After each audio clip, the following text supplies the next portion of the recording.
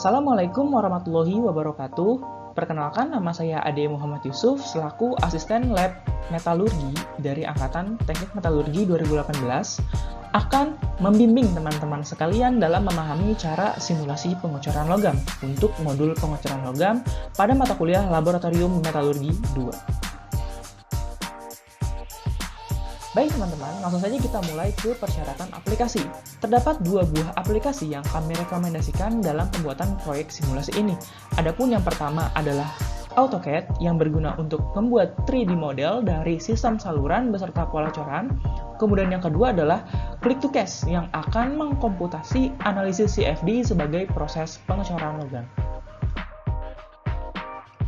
Baik teman-teman, langsung saja kita ke step yang pertama, yaitu kita akan mendesain pola dan sistem saluran menggunakan AutoCAD. Pada proses mendesain ini, kita perlu menyelesaikan 6 tahapan yang dituangkan dalam poin A sampai F, yang dapat dilihat pada slide berikut. Pada tahapan A, kita perlu menghitung laju dan waktu penuangan. Nah, dapat diperhatikan pada gambar 2 titik bahwa jenis logam yang digunakan pada simulasi pengocoran ini berupa aluminium dengan densitas 2,7 gram per cm kubik. Selanjutnya, berat maksimal yang digunakan adalah 2 kg. Nah, rumus dalam mencari laju penuangan dan juga waktu penuangan adalah sebagai berikut. Laju penuangan V sama dengan 0,689 dikali akar W. Dan rumus waktu penuangan T sama dengan W dibagi V, di mana rumus ini serupa dengan bahan ajar pada materi pengocoran logam. Baik teman-teman, pada poin B kita akan menghitung sprue secara luas dan juga diameter. Nah, cara menghitung luas daerah choke atau luas sprue bagian atas dapat dihitung dengan menggunakan persamaan berikut, yakni AT sama dengan AB dikali akar H dibagi B. Nah, untuk menghitung luas sprue bagian bawah atau AB adalah AB sama dengan W dibagi Rho dikali T dikali C dikali akar 2GH. Nah, yang perlu diperhatikan di sini adalah variabel C. Sebagai faktor efisiensi sprue itu terbagi menjadi 3. Ada round taper, ada round stretch, dan juga ada square taper, di mana nilai tersebut tergantung pada desain yang kalian inginkan. Sementara variabel H, yakni tinggi efektif sprue, didapatkan dari rumus yang ada di bagian kiri, tergantung pada pemilihan desain saluran kalian. Apakah memiliki posisi top gating, bottom gating, atau parting line gating. Pada poin C, kita akan menghitung runner dan juga inget. Nah, perhitungan runner dan gate dilakukan dengan cara melakukan perbandingan luas, yaitu sprue dibanding runner dibanding gate dengan rasio yang sesuai pada literatur. Kemudian, perhitungan sprue base atau well, nilai luasnya minimal 5 kali dari luas bottom sprue AB apabila sprue base yang diinginkan berbentuk melingkar. Nah, runner extension nilainya 5% dari luas runner AR yang dibutuhkan. Jadi runner extension sama dengan 5% dikali AR ya. Nah, kemudian panjang runner dihasilkan dari luas runner dibagi lebar runner. Kemudian, poin yang terakhir, jika jumlah gate lebih dari 1, perhitungan tinggi gate dihasilkan dari luas per gate dibagi dengan lebar gate. Poin D adalah menghitung sprue base. Pada gambar 5 dapat dilihat bahwa ASB atau sprue base, luas sprue base minimal sama dengan 5 dikali AB. Kemudian D, diameter sprue base atau D sprue base sama dengan didapatkan dengan konstanta pengali dikali lebar runner. Dan T sprue base didapatkan dari konstanta pengali dikali panjang runner. Nah, konstanta pengali ini adalah nilai yang kalian dapatkan sendiri sesuai dengan asumsi kalian tanpa melanggar nilai-nilai minimal yang telah ada. Poin E yaitu menghitung total volume pola dan sistem saluran.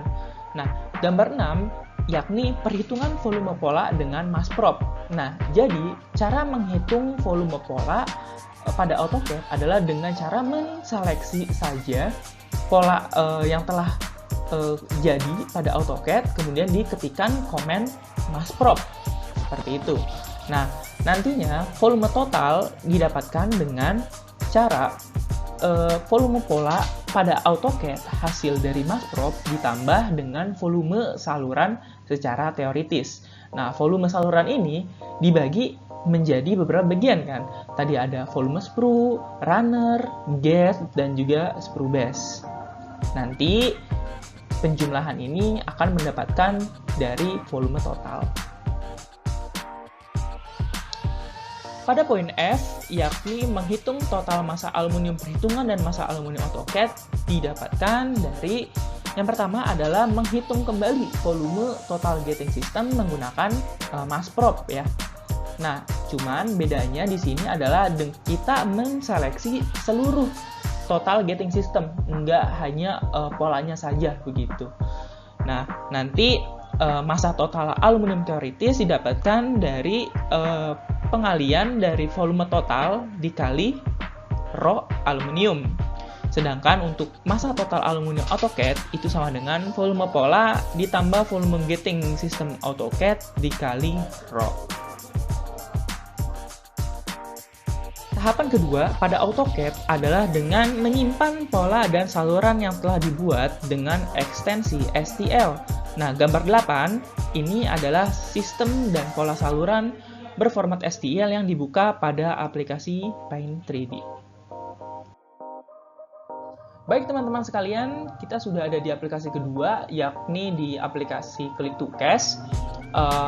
Step yang pertama yang perlu kita lakukan adalah mengklik Open Project ya di sini, yakni berfungsi untuk mengimport desain pola dan sistem saluran yang telah kita buat di aplikasi AutoCAD sebelumnya. Kemudian di sini ada tombol-tombol lain ya, ada New Project, ada model length units gitu, yang kita gunakan adalah milimeter. Kemudian di sini ada 5 parameter besar yang akan kita gunakan begitu. Ada geometri, mesh, parameter, calculate, dan juga resolve.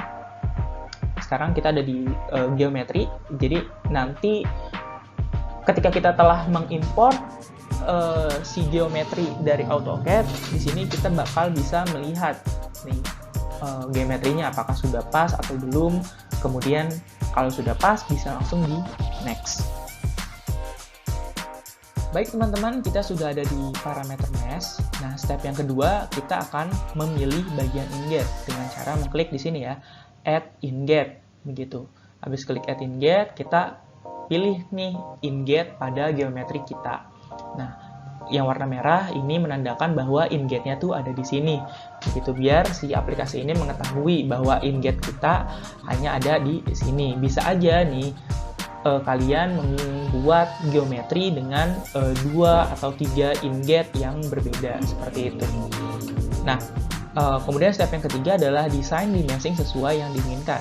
Nah, meshing ini merupakan proses mencacah geometri yang telah kita miliki. Nah, jadi geometri yang telah kita miliki ini akan dicacah begitu dengan bentuk yang beragam, ada yang bentuk kubus, tetragonal, atau heksagonal begitu.